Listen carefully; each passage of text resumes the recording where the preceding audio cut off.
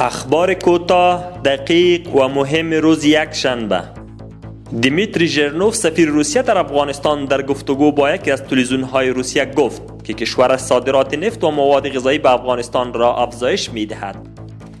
مولوی امیرخان متقی در جلسه اختتامیه دوره اول دروس عقیدتی از سوی ریاست دعوت و ارشاد وزارت امور خارجه با بیان اینکه وزارت امور خارجه الگو و نماینده نظام اسلامی در سراسر جهان است، بنابراین لازم است که کارمندان این وزارت از احکام دین مبین اسلام آگاهی کامل داشته باشند. الحاج خلیفه سراج الدین حقانی سرپرست وزارت امور داخله با خانواده قربانیان حوادث طبیعی اخیر در ترکیه و سوریه غمشریکی و ابراز تسلیت نمود. وزارت تحصیلات عالی میگوید سمینار دینی و علمی 3 روزه توسط وزارت تحصیلات عالی برای 800 تن از اساتید پوهنتون‌های مرکزی آغاز شد.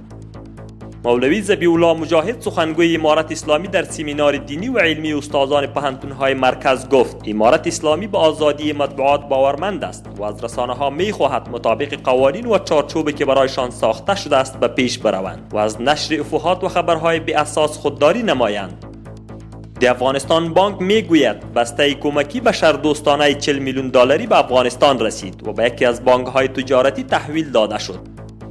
به اساس حکم عالی قدر امیرالمؤمنین حفظه الله در مربوطات محاکم ولایت کندهار تعیینات جدید صورت گرفته است. سرپرست وزارت تحصیلات عالی میگوید ما خواهان ترقی و انکشاف نظام تحصیلی افغانستان هستیم و متعهد به حفظ عزت افغانها می باشیم و می افزاید در مسائل داخلی خویش مداخله خارجی ها را اجازه نمی دهیم و از استقلال افغانستان شجاعانه دفاع می نماییم.